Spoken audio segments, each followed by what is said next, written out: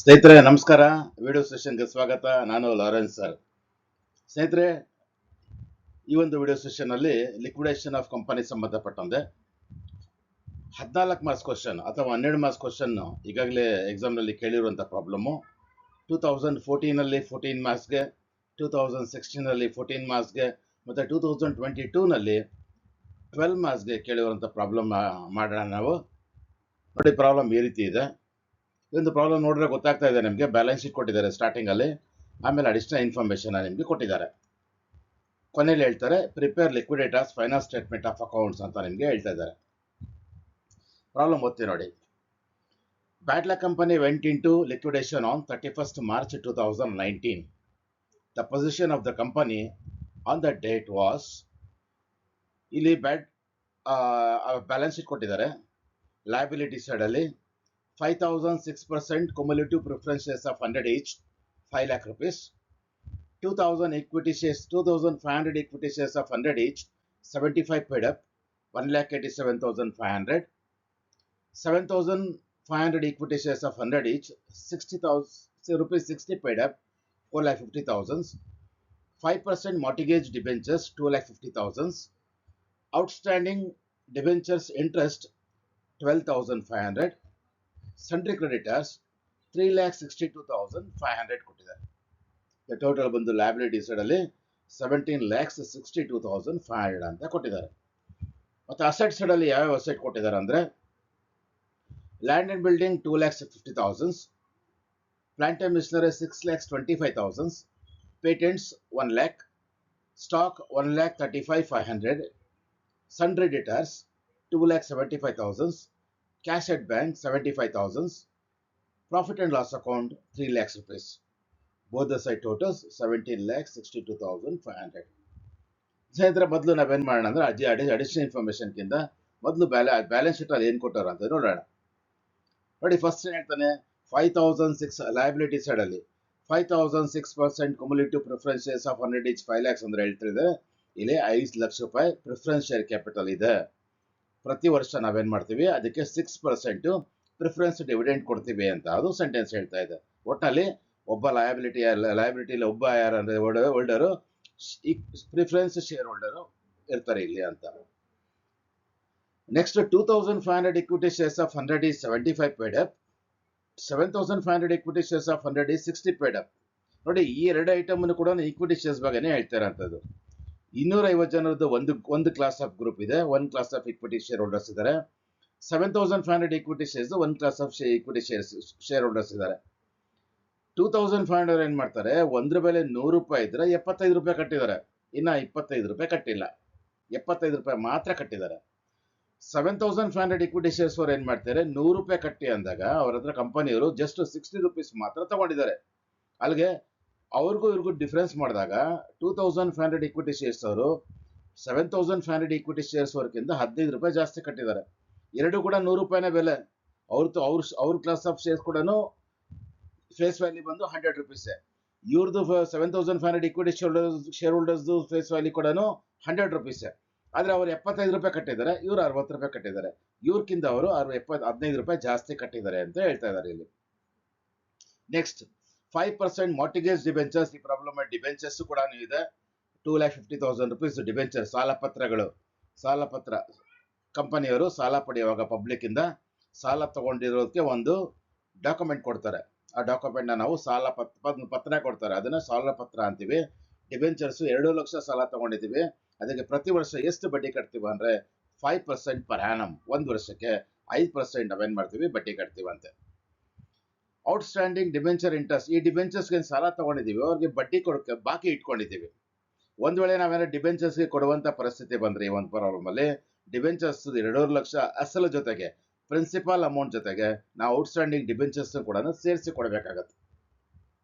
ಅದು ಬಿಟ್ರೆ sundry creditors ಅಂತ 3,62,500 ಅವರು ಕೊಟ್ಟಿದ್ದಾರೆ.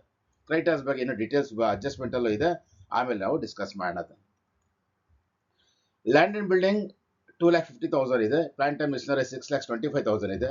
ಇಲ್ಲೆಲ್ಲ ಅಸೆಟ್ ಕೊಟ್ಟಿದ್ದಾರೆ. ಎಲ್ಲ ಕೂಡ ನೋಡಿ, land and building, plant and machinery, patent, stock, sundry debtors, cash at bank, profit and loss account ಕೊಟ್ಟಿದ್ದಾರೆ. ಇಲ್ಲಿರೋ ಅಸೆಟ್ಗಳನ್ನ ನಾವು 3 ಭಾಗದಲ್ಲಿ ಡಿವೈಡ್ ಮಾಡ್ಕೊಬೋದು. ಒಂದು ಫಿಕ್ಸ್ಡ್ ಅಸೆಟ್ಸ್, ಇನ್ನೊಂದು ಕರೆಂಟ್ ಅಸೆಟ್ಸ್, ಇನ್ನೊಂದು ನಾಮಿನಲ್ ಅಸೆಟ್ಸ್. ನಾಮಿನಲ್ ಅಸೆಟ್ ಯಾವುದು?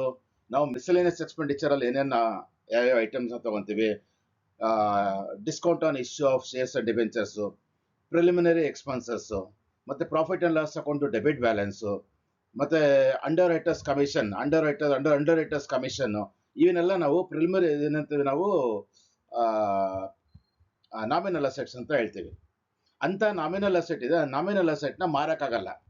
ನೋಡಿ, ಒಂದು ಪ್ರಿಲಿಮಿನರಿ ಎಕ್ಸ್ಪೆನ್ಸಸ್, ಅದು ಎಕ್ಸ್ಪೆನ್ಸ್ ಅಂತೆ, ನಾವೇ ಹೇಳ್ತೀವಿ ಅದು ಎಕ್ಸ್ಪೆನ್ಸ್ ಅಂತ ಹೇಳ್ತೀವಿ, ಆದ್ರೆ ಅದು ಆಸ್ತಿ ಆಗಕ್ಕೆ ಹೆಂಗ್ ಸಾಧ್ಯ? ಅಸೆಟ್ ಅಲ್ಲ ಅದು, ಅದನ್ನು ಮಾರಕ್ಕಾಗೋದಿಲ್ಲ. ಲಾಸ್, P&L ಅಕೌಂಟ್ ಲಾಸ್ನ ಯಾವತ್ತು ಕೂಡ ಮಾರಕ್ಕಾಗೋದಿಲ್ಲ.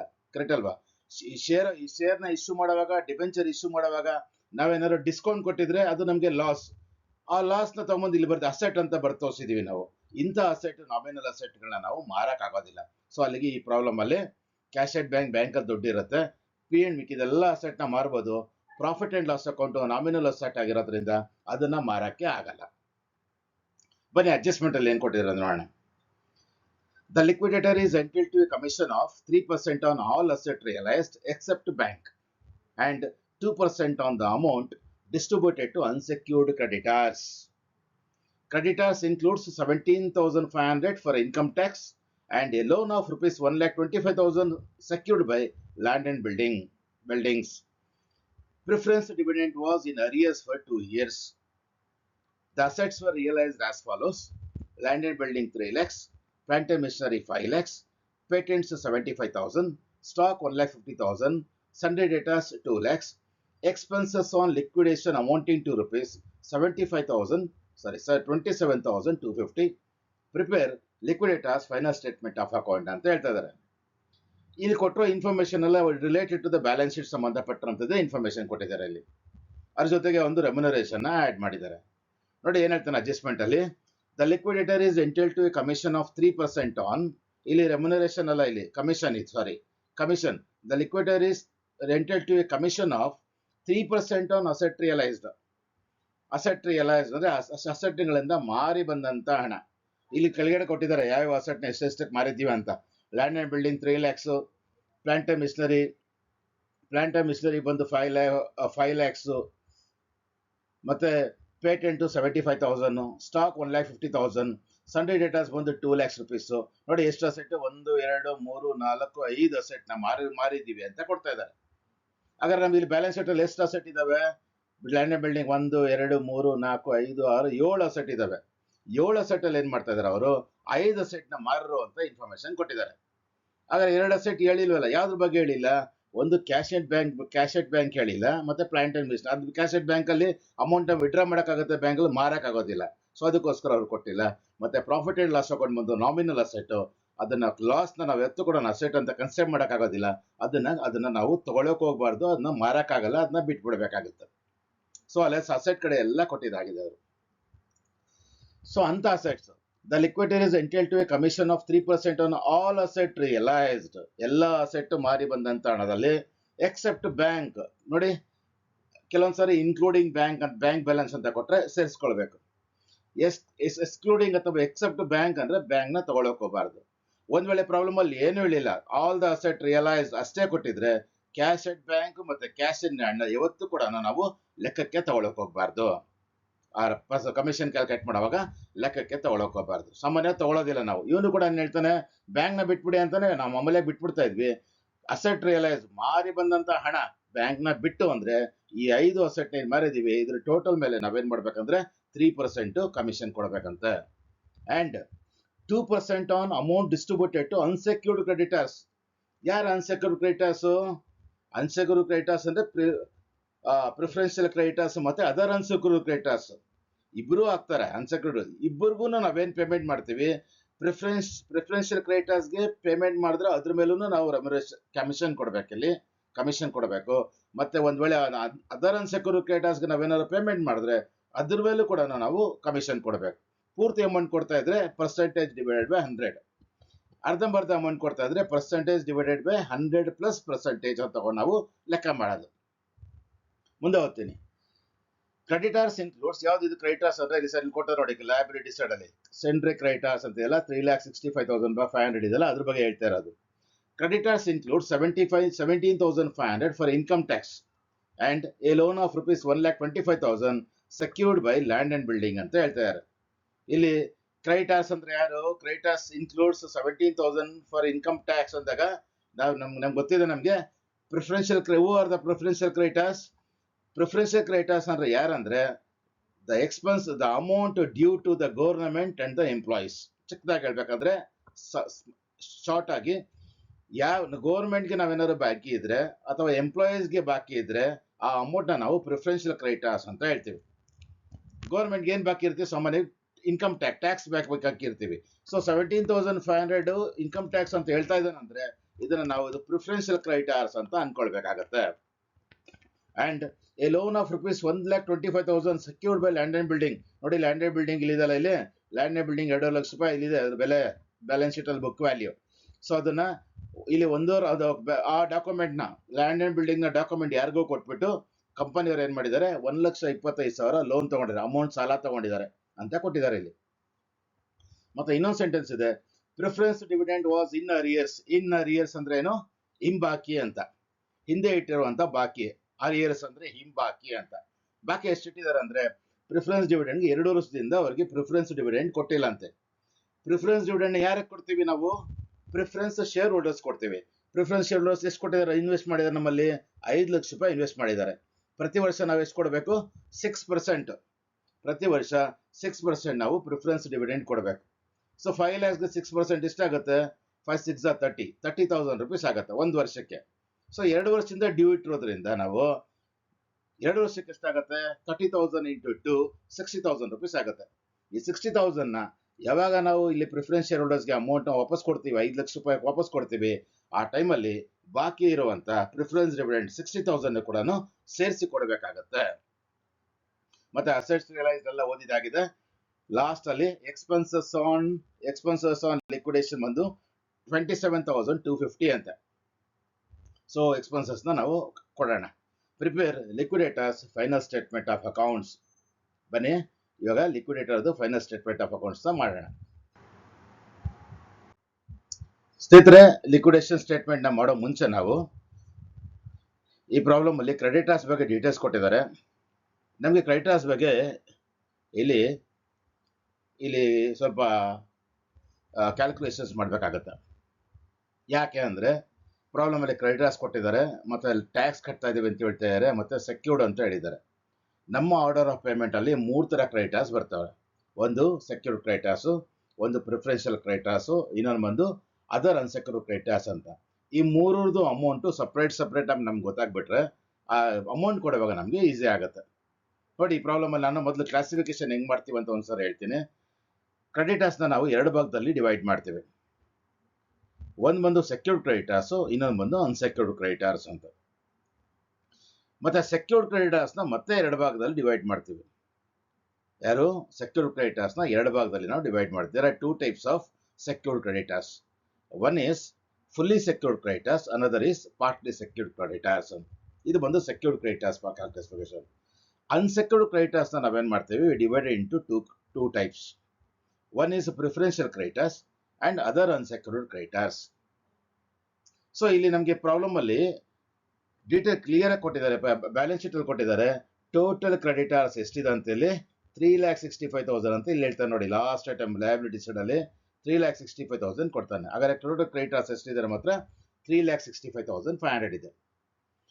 ಅದು ಬಿಟ್ಟು ಮತ್ತೆ ಕ್ರೆಡಿಟರ್ಸ್ ಬಗ್ಗೆ ಇಲ್ಲಿ ಅಡ್ಜಸ್ಟ್ಮೆಂಟ್ ಅಲ್ಲಿ ಹೇಳ್ತಾನೆ. ಇಲ್ಲಿ creditors includes 17,500 for income tax and a loan of rupees 1,25,000 secured by land and building ಅಂತ ಹೇಳ್ತಾನೆ.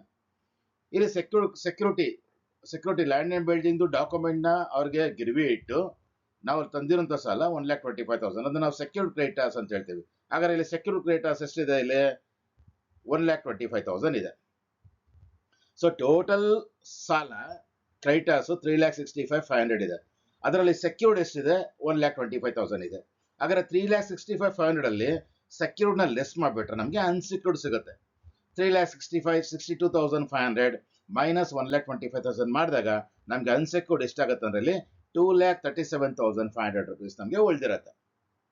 ಇದು ಬಂದು ಅದು total unsecured creditors. Total unsecured creditors ಅಲ್ಲಿ ನಾವು ಹೆಂಗ್ ಡಿವೈಡ್ ಮಾಡಿದ್ದೀವಿ?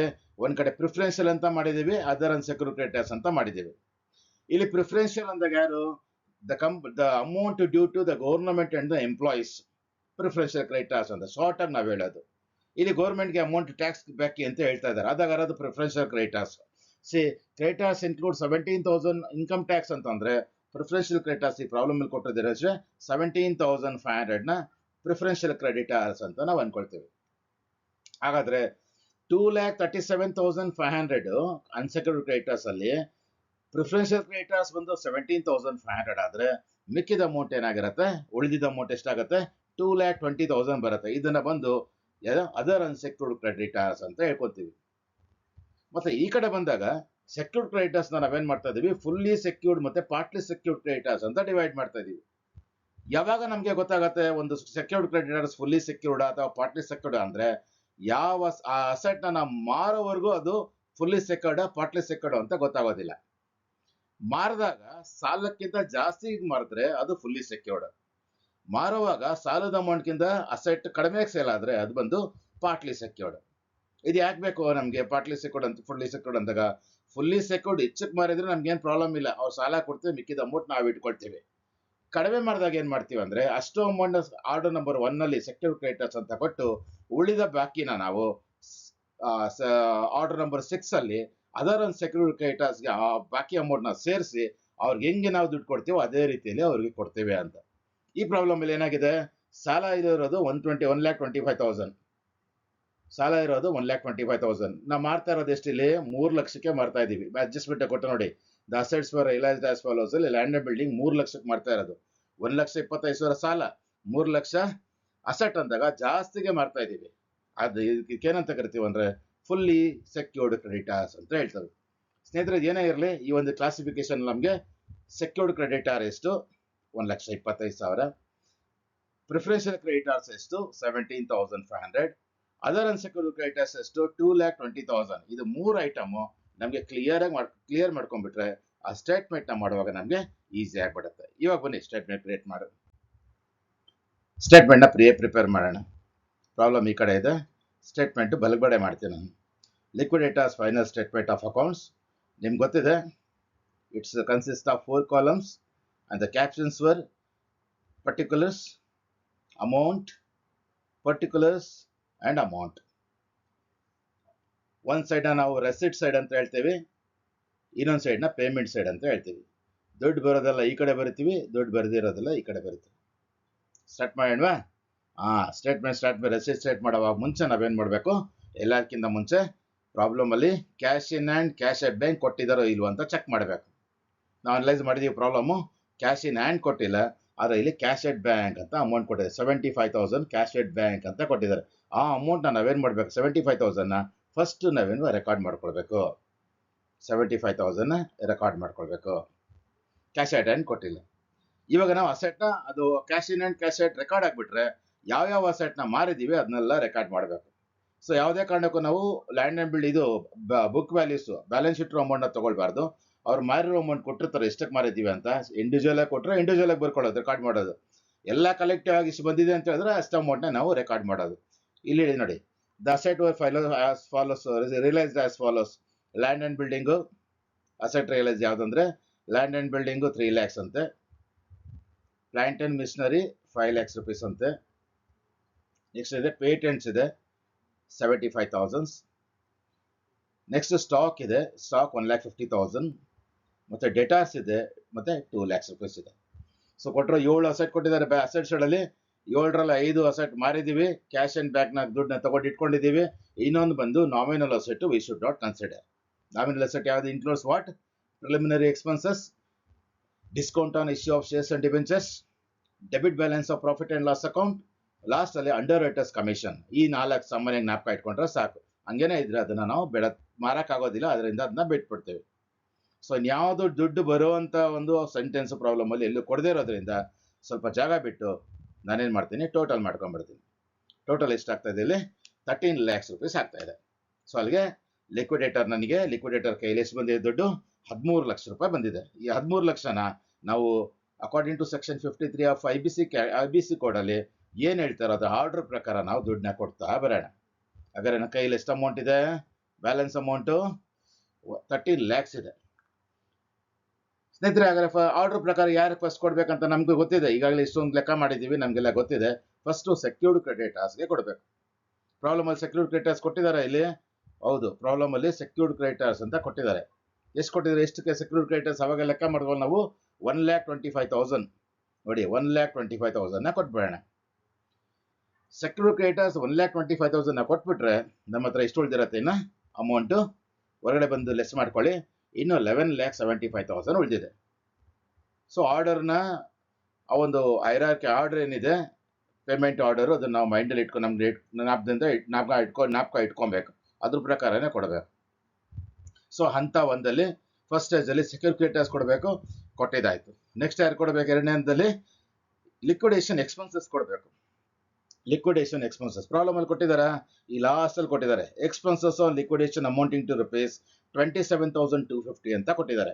ಸೊ ಹಾಗಾದ್ರೆ ಕೊಟ್ಬಿಡಿ ಅಮೌಂಟ್. ಅದು ಕೊಟ್ಕೊಳ್ಳೇನೆ ನಾವು ಹೊರಗಡೆ ಬಂದು, ಟೇಬಲಿಂದ ಹೊರಗಡೆ ಬಂದು ಅಷ್ಟು ಅಮೌಂಟ್ನ ಲೆಸ್ ಮಾಡಿದ್ರೆ ನೆಕ್ಸ್ಟ್ ಮುಂದೆ ಕೊಡೋರಿಗೆ ನಮ್ಮ ಹತ್ರ ಕೈಯಲ್ಲಿ ಎಷ್ಟು ಹಣ ಇದೆ ಅಂತ ನಮಗೆ ಗೊತ್ತಾಗುತ್ತೆ. ಎಷ್ಟಿದೆ ಅಮೌಂಟ್? ಈಗ 11,47,750 ರೂಪೀಸ್ ಇದೆ.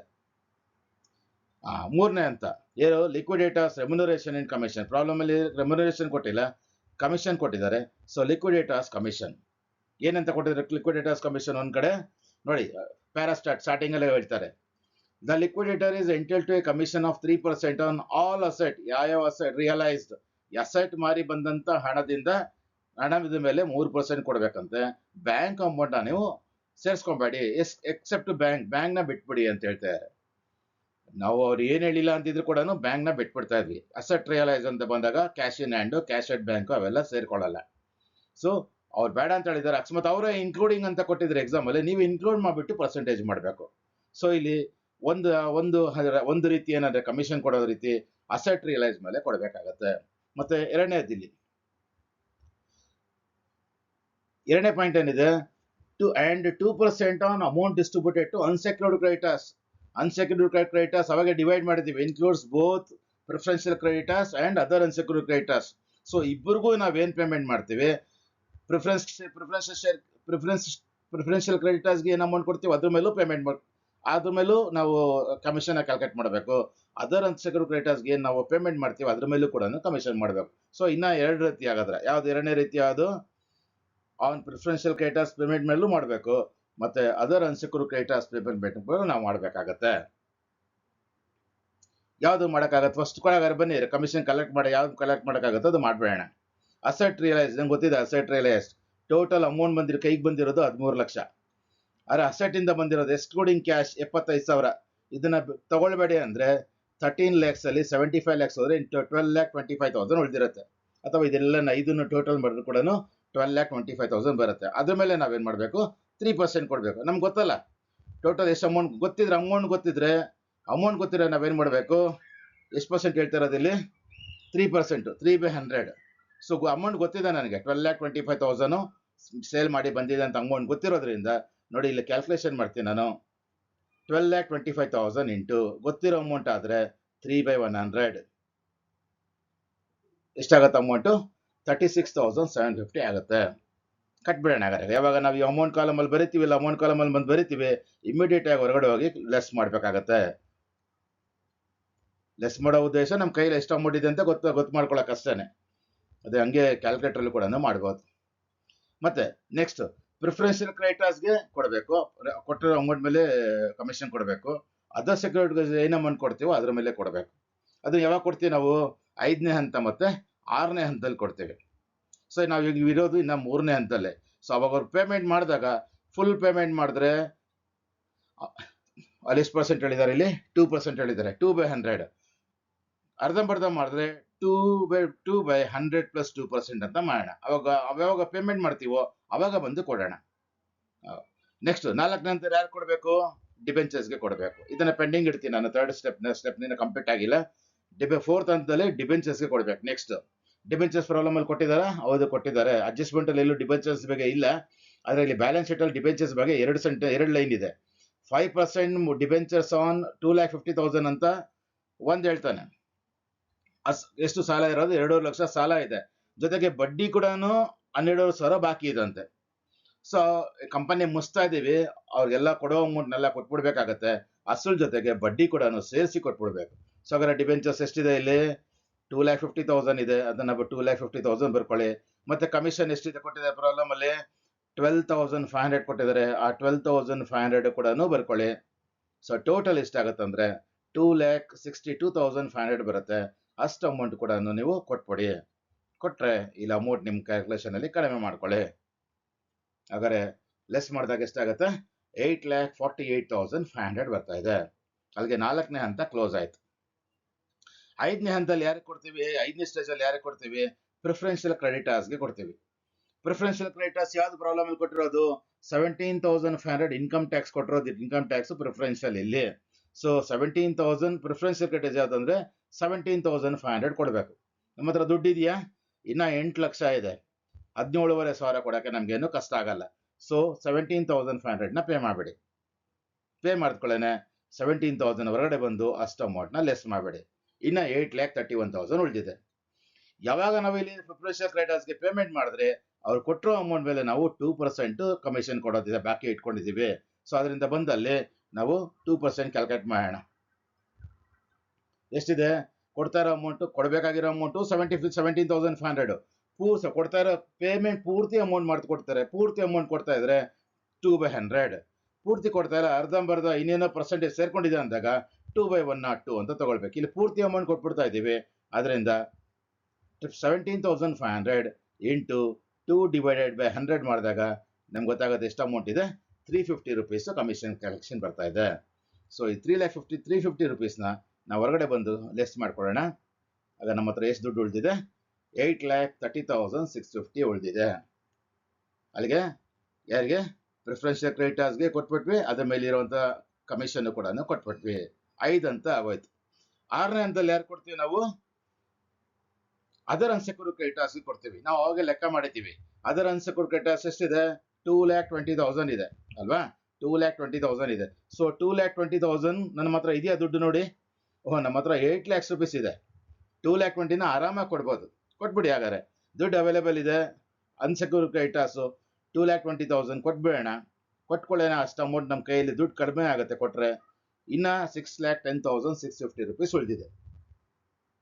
ಸೊ 3ನೇ ಹಂತದಲ್ಲಿ 3ನೇ commission, third type of commission ನಾವು ಹಂಗೆ ಪೆಂಡಿಂಗ್ ಇಟ್ಕೊಂಡಿದೀವಿ. ಅನ್ಸೆಕ್ಯೂರ್ಡ್ ಕ್ರೆಡಿಟರ್ಸ್ಗೆ ಮೇಲೆ 2% ಕ್ಯಾಲ್ಕುಲೇಟ್ ಮಾಡಿ ಅಂತ ಪ್ರಾಬ್ಲಮ್ ಅಲ್ಲಿ ಹೇಳಿದ್ದಾರೆ.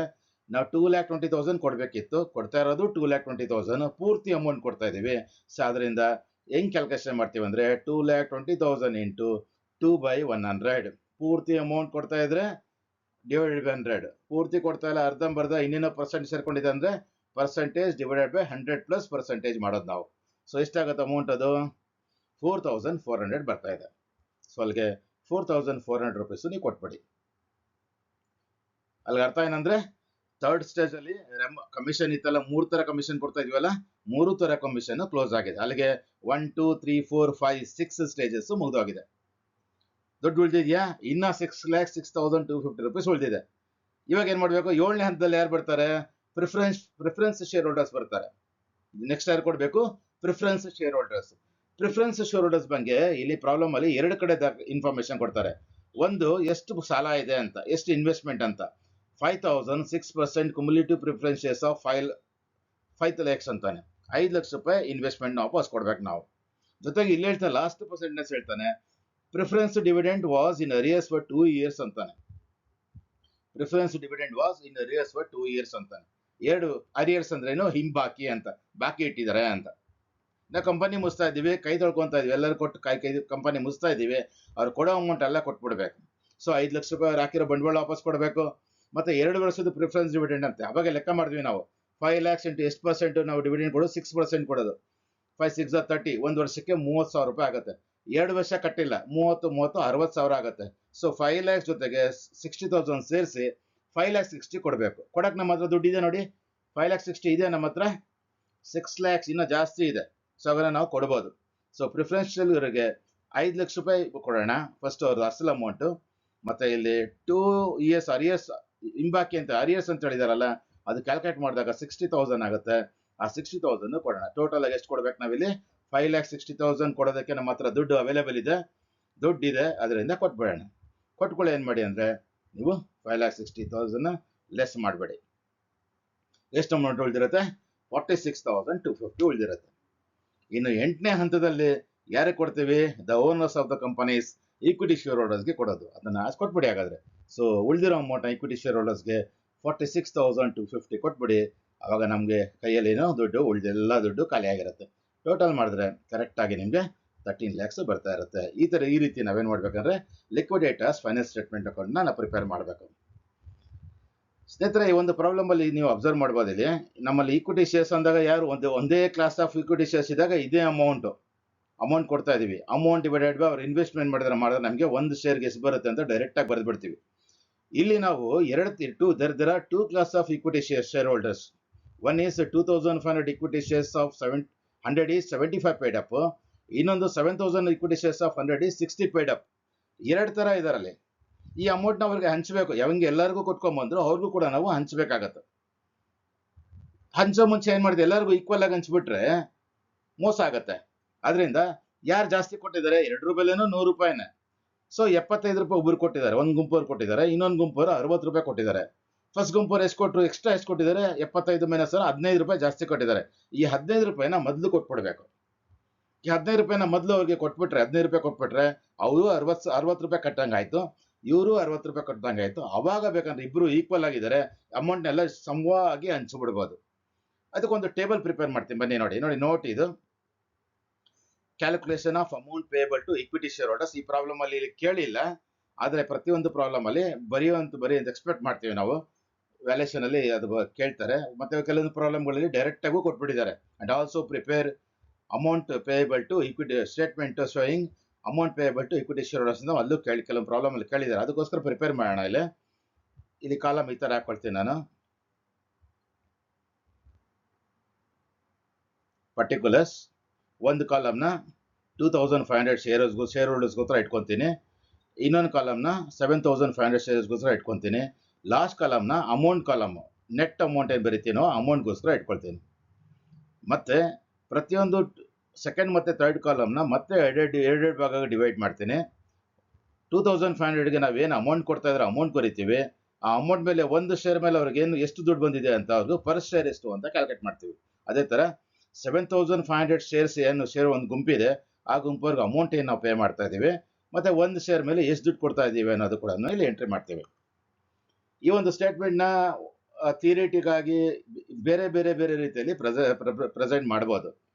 ಸೊ ನಾನು ಟೇಬಲ್ ಹಾಕೊಂಡು ಮಾಡ್ತಾ ಇದ್ದೀನಿ ಅಷ್ಟೇ. ಸೊ ನಮ್ಮ ಹತ್ರ ಎಷ್ಟಿದೆ ದುಡ್ಡು ಯಾರು ಇಲ್ಲಿ ಪ್ರಾಬ್ಲಮ್ ಅಲ್ಲಿ? Balance available to equity share holders ಎಷ್ಟು ಕೊಡ್ತಾ ಇರೋದು ನಾವಿಲ್ಲಿ? ಉಳಿದಿರೋ ಅಮೌಂಟು 46,250 ಉಳಿದಿರೋದು ಅವ್ರು ಕೊಡ್ತಾ ಇರೋ ಅಮೌಂಟ್. ಆ ಅಮೌಂಟ್ನ ನಾನು ಏನು ಮಾಡ್ತೀನಿ, ಡೈರೆಕ್ಟ್ ಆಗಿ ಬರ್ಕೊಳ್ತೀನಿ. ಸೊ ಇದರಲ್ಲಿ ಯಾರಿಗೆ ಮೊದಲು ಕೊಡಲಿ ನಾನು? ಯಾರು ಕೊಡಲಿ ಮೊದಲು? ನೋಡಿ, ಒಬ್ರು 75,000 ರೂಪಾಯಿ ಕಟ್ಟಿದ್ದಾರೆ, ಎರಡನೇ ಗುಂಪವರು 60 ರೂಪಾಯಿ ಕಟ್ಟಿದ್ದಾರೆ. ಯಾರು ಜಾಸ್ತಿ ಕಟ್ಟಿದ್ರು? 2,500 ಜನ ಈಕ್ವಿಟಿ ಶೇರ್ ಹೋಲ್ಡರ್ಸ್ ಅವರು 15 ರೂಪಾಯಿ ಜಾಸ್ತಿ ಕಟ್ಟಿದ್ದಾರೆ. ಆ 2,000 ಈಕ್ವಿಟಿ ಶೇರ್ ಹೋಲ್ಡರ್ಸ್ಗೆ ನಾವು ಎಲ್ಲರೂ ಒಂದೊಂದು ಈಕ್ವಿಟಿ ಶೇರ್ ತಗೊಂಡಾರಂತ ಅಸಂಪ್ಷನ್ ಮಾಡೋಣ. 2,500 ಈಕ್ವಿಟಿ ಶೇರ್ ಹೋಲ್ಡರ್ಸ್ಗೆ ನಾವು 15 ರೂಪಾಯಿನ ಮೊದಲು ಕೊಟ್ಬಿಡೋಣ. ಬನ್ನಿ ಹಾಗಾದ್ರೆ. Less excess paid up to be payable to 2,500 equity shares ಎಷ್ಟಾಗತ್ತಂದ್ರೆ 2,500 ಜನಕ್ಕೆ ಎಕ್ಸ್ಟ್ರಾ ಕೊಟ್ಟರೆ ಅವರು 15 ರೂಪಾಯಿನ ಮೊದಲು ಕೊಟ್ಬಿಡೋಣ. ಯಾರು ಕೊಡ್ಬೇಕಾಗಿರೋದು? 2,500 ಈ ಕಾಲಮಲ್ಲಿ ಬರಿಬೇಕು, 2,500 ಅವ್ರ ಕಾಲಮಲ್ಲಿ ಬರಿಬೇಕು. ಇವರು 15 ರೂಪಾಯಿ ಜಾಸ್ತಿ ಕಟ್ಟಿರೋದು. ಸೊ ಬರೆದಾಗ ಅದು ಅಮೌಂಟ್ ಎಷ್ಟಾಗುತ್ತೆ ಅಂದ್ರೆ 37,500 ಆಗುತ್ತೆ. ಸೊ 37,500 ಡಿವೈಡೆಡ್ ಬೈ ಇದು ಪೂರ್ತಿ ಅಮೌಂಟ್ ಕೊಡ್ತಾ ಇರೋದು ಎಷ್ಟು ಜನಕ್ಕೆ ಕೊಡ್ತಾ ಇರೋದು? 2,500 ಜನಕ್ಕೆ. ಸೊ 37,500 ಡಿವೈಡೆಡ್ ಬೈ 2,500 ಅಂತ ಡಿವೈಡ್ ಮಾಡಿದ್ರೆ ನಿಮ್ಗೆ ಅಮೌಂಟ್ ಬರುತ್ತೆ 15 ರೂಪೀಸ್ ಬರುತ್ತೆ. ಸೊ ನಾವು ಇವ್ರಿಗೆ ಮಾತ್ರ ಅನಿಸ್ತಾ ಇರೋದು 7,500 ಏನು ಅಮೌಂಟ್ ಕೊಡ್ತಾ ಇಲ್ಲ. ಒಟ್ಟಿನಲ್ಲಿ ನಾವು ಎಷ್ಟು ಅಮೌಂಟ್ ಕೊಟ್ಬಿಟ್ಟು ಇವರಿಗೆ 37,500 ಕೊಟ್ಬಿಟ್ವಿ. ಹಾಗಾದ್ರೆ ಉಳಿದಿರೋ ಅಮೌಂಟ್ ಎಷ್ಟಿದೆ? 8,750 ಉಳಿದಿದೆ ಹಾಗಾದ್ರೆ ಬ್ಯಾಲೆನ್ಸ್. ಇವಾಗ ನಾವು 15 ರೂಪಾಯಿ ಕೊಟ್ಟ ಮೇಲೆ ಅವರು 60 ರೂಪಾಯಿ, ಇವರು 60 ರೂಪಾಯಿ ಈಕ್ವಲ್ ಆಗೋದ್ರು. ಎಲ್ಲರಿಗೂ ಸಮವಾಗಿ ಹಂಚ್ಬಿಡ್ಬೋದು. ಬನ್ನಿ ಸಮವಾಗಿ ಹಂಚ್ಬಿಡೋಣ ಹಾಗಾದ್ರೆ. Less balance payable to all share holders, ಎಲ್ಲ ಈಕ್ವಲ್ ಆಗಿರೋದ್ರಿಂದ ಶೇರ್ ಹೋಲ್ಡರ್ಸ್ ಹೆಂಗ್ ಮಾಡಬೇಕು? ಇರೋದು 8,750 rupees. ಟೋಟಲ್ ಎಷ್ಟು ಜನ ಇದ್ದಾರೆ? ಅವರು 7,500 ಜನ ಇದ್ದಾರೆ, ಇವರ 7,500 ಜನ ಇದ್ದಾರೆ. ಟೋಟಲ್ ಆಗಿ ಎಷ್ಟು ಜನ ಆಗ್ತಾರೆ? 10,000 ಈಕ್ವಿಟಿ ಶೇರ್ಸ್ ಡಿವೈಡೆಡ್ ಬೈ 10 ಅಂದಾಗ ಒಬ್ಬೊಬ್ಬರಿಗೆ 0.875 ಒಂದು ಶೇರ್ಗೆ. ಅಷ್ಟು ನಾವೇನ್ ಬೇಕು, ಒಂದೊಂದು ಶೇರ್ಗೆ, ಒಂದು ಶೇರ್ ಮೇಲೆ 0.88 ಪೈಸೆ ಅನ್ಕೊಳ್ಳೋಣ, ಅಪ್ರಾಕ್ಸಿಮೇಟ್ಲಿ 88 ಪೈಸೆ ನಾವು ಕೊಡಬೇಕು. ಅದನ್ನ ರೆಕಾರ್ಡ್ ಮಾಡ್ತೀನಿ ನೋಡಿ ಇಲ್ಲಿ. 2,500 ಶೇರ್ ಹೋಲ್ಡರ್ಸ್ಗೆ ನಾನು 0.875, ಒಂದು ಶೇರ್ಗೆ 0.875 ಆದ್ರೆ 2,500 ಶೇರ್ಸ್ಗೆ ಎಷ್ಟಾಗುತ್ತೆ ಅಂತ ನೋಡಿದ್ರೆ 2,188 ಆಗುತ್ತೆ. ಎಲ್ಲರಿಗೂ ಅನ್ಸ್ತಾ ಇದ್ದೀವಿ 2,500 ವರೆಗೂ ಕೊಡ್ತಾ ಇದೀವಿ, ಯಾಕಂದ್ರೆ ಈಕ್ವಲ್ ಆಗಿದ್ದಾರೆ. ಹಾಗಾದ್ರೆ 7,500 ಕೂಡ ನಾವು ಎಷ್ಟು ಮಾಡ್ತೀವಿ? 0.80 ಪೈಸೆನೇ ಕೊಡ್ತೀವಿ. ಸೊ 0.875 ಇಂಟು 7,500 ಶೇರ್ಸ್ಗೆ ಅಷ್ಟು ಜನಕ್ಕೆ ಮಲ್ಟಿಪ್ಲೈ ಮಾಡಿದಾಗ ಗುಣಿಸಿದಾಗ ಗುಣಲಬ್ಧ ಬಂದು ಪ್ರಾಡಕ್ಟ್ ಬಂದು 6,562 rupees ಬರುತ್ತೆ. ಸೊ ಇಲ್ಲಿ 2,188, 6,568 ಇದೆರಡು ಅಮೌಂಟ್ನ ಕೂಡಿದ್ರೆ ಈ ಅಮೌಂಟ್ ಕಾಲಮಲ್ಲಿ ಕರೆಕ್ಟಾಗಿ ನಿಮಗೆ 8,750 ಬರ್ತಾ ಇರುತ್ತೆ. ಹಾಗಾದ್ರೆ ಬ್ಯಾಲೆನ್ಸ್ ನೋಡೋಣ ಎಷ್ಟು ಉಳಿದಿದೆ ಅಂತ. ನಿಲ್ ಇರೋ ಅಮೌಂಟ್ನೆಲ್ಲ ಹಂಚಿಬಿಟ್ಟಿದ್ದೀವಿ ಅಂತ. ಯಾರ್ಯಾರಿಗೆ ಎಷ್ಟು ಹಂಚಿದ್ದೀವಿ ಅಂತ ನೋಡೋಕ್ಕಾದ್ರೆ ಇಲ್ಲಿ 2,500 ಶೇರ್ ಹೋಲ್ಡರ್ಸ್ಗೆ ಎಷ್ಟು ಅಮೌಂಟ್ ಕೊಡ್ತಾ ಇದ್ವಿ? 39,688 rupees ಕೊಡ್ತಾ ಇದ್ದೀವಿ. ಮತ್ತೆ ಒಂದ್ಸರಿ 15 ರೂಪಾಯಿ ಕೊಟ್ರಿ ಒಂದು ಶೇರ್ ಮೇಲೆ, ಆಮೇಲೆ 88 ಪೈಸೆ ಕೊಟ್ರಿ, ಅಲ್ಲಿಗೆ 15 ರೂಪಾಯಿ 88 ಪೈಸೆ ಅಂದ್ರೆ 15.75 ಪರ್ ಶೇರ್ ಆಗುತ್ತೆ. ಇವ್ರಿಗೆ ಒಂದೇ ಸಾರಿ ಕೊಡ್ತಾ ಇರೋ 6,562 rupees ಅಮೌಂಟ್ ಮಾತ್ರ ಕೊಡ್ತಾ ಇದ್ದೀವಿ. ಪರ್ ಶೇರ್ ಇವ್ರಿಗೆ ಎಷ್ಟು ಸಿಗ್ತಾ ಇದೆ ಅಂದ್ರೆ 0.875 ಅಂದ್ರೆ 88 ಪೈಸೆ ಮಾತ್ರ ಸಿಗ್ತಾ ಇದೆ. ಸೊ ಈ ರೀತಿ ನಾವೇನ್ ಮಾಡ್ಬೇಕಂದ್ರೆ ಪ್ರಾಬ್ಲಮ್ಗಳಲ್ಲಿ ನಮ್ಗೇನಾದ್ರೂ 2 ಕ್ಲಾಸ್ 3 ಕೆಲವೊಂದ್ಸಾರಿ ಈಕ್ವಿಟಿ ಶೇರ್ಸ್ 3 ಕ್ಲಾಸ್ ಕೊಟ್ಟಿರ್ತಾರೆ. ಅವನು 100 ಕೊಟ್ಟಿರ್ತಾನೆ, 175 ಕೊಟ್ಟಿರ್ತಾನೆ, 160 ಕೊಟ್ಟಿರ್ತಾನೆ ಅಂದಾಗ ಯಾರು ಜಾಸ್ತಿ ಎಕ್ಸ್ಟ್ರಾ ಕೊಟ್ಬಿಟ್ಟಿರ್ತಾರೋ ಅಮೌಂಟ್ನೆಲ್ಲ ಕೊಟ್ಟು ಲೆವೆಲ್ ಮಾಡ್ಕೊಂಡು ಈಕ್ವಲ್ ಆಗಿ ಎಲ್ಲರನ್ನು ಹಂಚುವಂತ ನಾವು ಪ್ರಯತ್ನನ ನಾವು ಮಾಡಬೇಕು. ಸೊ ಸ್ನೇಹಿತರೆ, ಈ ತರ ನಾವು 14 ಮಾರ್ಕ್ಸ್ ಪ್ರಾಬ್ಲಮ್ನ ಮಾಡೋದು. ನಾನು ಅನ್ಕೊಂತೀನಿ ನಿಮಗೆ ಈ ಒಂದು ಪ್ರಾಬ್ಲಮ್ ನಿಮ್ಗೆ ಅರ್ಥ ಆಗಿದೆ ಅಂತ ಅನ್ಕೊಂತೀನಿ. ದಯಮಾಡಿ ಯಾರಾದರೂ ಇನ್ನೂ ನನ್ನ ಒಂದು ಚಾನೆಲ್ನ ಸಬ್ಸ್ಕ್ರೈಬ್ ಮಾಡಿಲ್ಲ ಅಂದರೆ ಪ್ಲೀಸ್ ಸಬ್ಸ್ಕ್ರೈಬ್ ಮಾಡಿ, ಮತ್ತು ಆ ಬೆಲ್ ಬಟನ್ ಒತ್ತಿ, ಯಾಕಂದರೆ ನನ್ನ ನೋಟಿಫಿಕೇಶನ್ ನಿಮಗೆ ಬರ್ತಾ ಇರುತ್ತೆ. ಸೊ ಮುಂದಿನ ಒಂದು ವಿಡಿಯೋ ಸೆಷನಲ್ಲಿ ಮತ್ತೊಂದು ಪ್ರಾಬ್ಲಮ್ 14 ಮಾರ್ಕ್ಸ್ ಪ್ರಾಬ್ಲಮ್ನ ಮಾಡೋಣ. ಅಲ್ಲಿವರೆಗೂ ಟೇಕ್ ಕೇರ್, ನಮಸ್ಕಾರ.